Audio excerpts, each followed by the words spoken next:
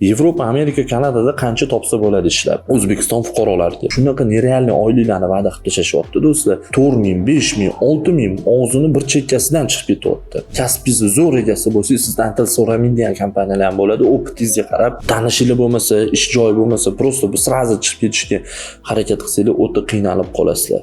Bizda yaqinda Grant Visa Center o'qishlari ochiladi. Kasbga tayyorlab, o'zimiz ham ishga jo'natishni boshlaymiz. Biz hozir kontraktlarni yig'dik. Migratsiya agentligi bilan hamkorlikda bu через migratsiya agentlik ishga jo'natamiz. Ya'ni biz professional tayyorlab beramiz-da, migratsiya agentligi orqali ishga jo'natamiz.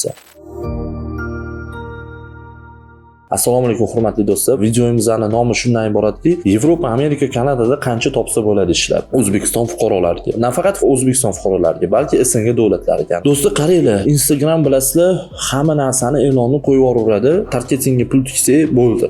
Lekin men bir narsani aytib o'taman, o'zimizda ham ko'pchilik kompaniyalarda ko'rib boryapman va chet kompaniyalarda ham shunaqa nerealniy oyliklarni va'da qilib tashyapti do'stlar. 4 ming, 5 ming, 6 ming og'zini bir chekkasidan chiqib ketyapti. Hayron qoldim. Men o'zim Yevropada bo'ldim, bilasizlarmi? Bir narsaga amin bo'ldim. Haqiqiy siz haqiqatdan ham mana svarshi, elektrik yoki qurilish sohasida, любой sohasida mana o'zingizga yarasha professional bo'lsangiz, bemalol 2000 yevrodan boshlab 3000 yevrogacha oyligingizni ko'tarsangiz bo'ladi.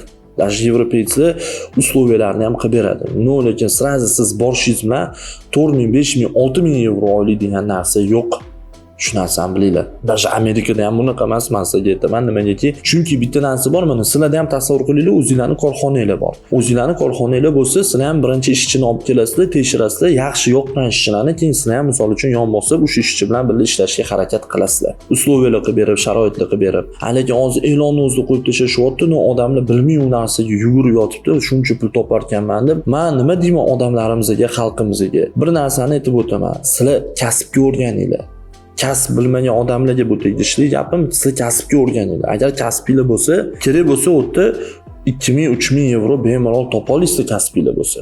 Даже ishxonalar usloviyalar ham qilib beradi sizlarga. Nafaqat Yevropa, balki Amerika, Kanada ham, даже Angliya ham, qaysi davlat bo'lmasin qat'iy nazar. Birinchi bo'lib turib, malij bu chiqib olsam bo'ldi, boraman, ishlab qolib ketaman, nimadir qilaman deb o'ylamanglar. Chunki nimaga qiynalasizlar. Tanishinglar bo'lmasa, ish joyi bo'lmasa, prosta bu srazi chiqib ketishga harakat qilsanglar, o'ta qiynalib qolasizlar. U yoqda shunaqa bo'lishi kerakki, mana kasb bilan boriladi, topshiriladi.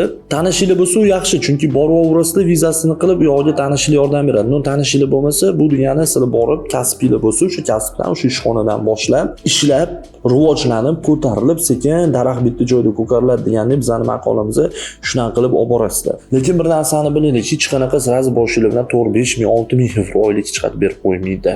Amerikaga ham ko'pchilik aytadi, рабочий viza qilsa bo'ladimi deb. Da, albatta bo'ladi. Bilasan, bir xilda amerikanskiy kompaniyalar til ham so'ramaydigan kompaniyalar bor. Kasbingizni zo'r egasi bo'lsangiz, sizdan til so'ramaydigan kompaniyalar ham bo'ladi. Opitingizga qarab, kasbingizga qarab sizni qabul qilib olishi mumkin. Elchixonaga kelsa, именно Amerikanikini aytib o'taman. Amerika kompaniyasi sizga рабочий приглашение уже berib, shu odam menda ishlaydi deb chiqargandan keyin, elchixona sizga ingliz tilini nimaga bilmaysan, mumkin emas degan joyi bo'lmaydi. Chunki nimaga Amerikada qonun qoidasi shunaqa, qaysidir kompaniya o'sha ishchini demak bo'ldi, hamma narsani bilib chaqirgan va departamentga ruxsat bergan, siz bemalol o'tga рабочий viza topshirsangiz bo'ladi. Shuning uchun meni maslahatim, sizlar kasb o'rganinglar. Men Yevropada mana bo'lib kelib, ko'p narsani shu narsani tushundimki, zo'r kasb egalari mana spetsexnika haydaydigan o'zbeklarimiz bor. Undan tashqari svarshi o'zbeklarimizni ko'rdim. Yaxshi topishyapti. Даже ish beruvchilar sharoit ham qilib bergan. Yevropani o'zi bu. Hali Amerika, Kanadani aytmayapman, o'tda ham xuddi shunaqa. Do'stlar, sizlarga bitta iltimos, kasb o'rganinglar. Har qanaqa reklamalarga ishonib ketavermanglar. Mana bizda yaqinda Grant Visa Center o'qishlari ochiladi. Kasbga tayyorlab, o'zimiz ham ishga jo'natishni boshlaymiz. Biz hozir kontraktlarni yig'dik. Migratsiya agentligi bilan hamkorlikda bo'ladi. Bu через migratsiya agentligi ishga jo'natamiz.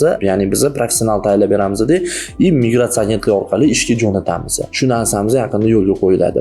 Shuning uchun xudo xolasa videolarimizni ham kuzatib boringlar. Men o'ylaymanki, hozirgi videom sizlarga juda ma'qul keldi va kasbni o'rganishga davom etinglar. Hammaga e'tiboringiz uchun rahmat. Bu yerda Instagram, Telegram kanallarimiz silkasi bemalol bog'lab olsanglar bo'ladi. Va yana bitta gap, kimga qanaqadir vizalar kerak bo'lsa, prosta viza, vид на жительство, uzoq muddatli vizalar hamma davlatga, hozir Grant Visa barcha davlatlar vizasini boshlagan qilishi, bir ikkita davlatdan tashqari почти butun dunyoning vizasiga yordam beryapmiz. Shuning uchun vizalar ham kerak bo'lsa, bemalol murojaat qilasizlar. Nomerimni mana yozib qoldirmoqman. Xudo xolasa, videom yoqqan bo'lsa like, obuna bo'lishni unutmang va kelgusi videolarda ko'rishguncha xayr do'stlar. Sog' bo'linglar, salomat bo'linglar.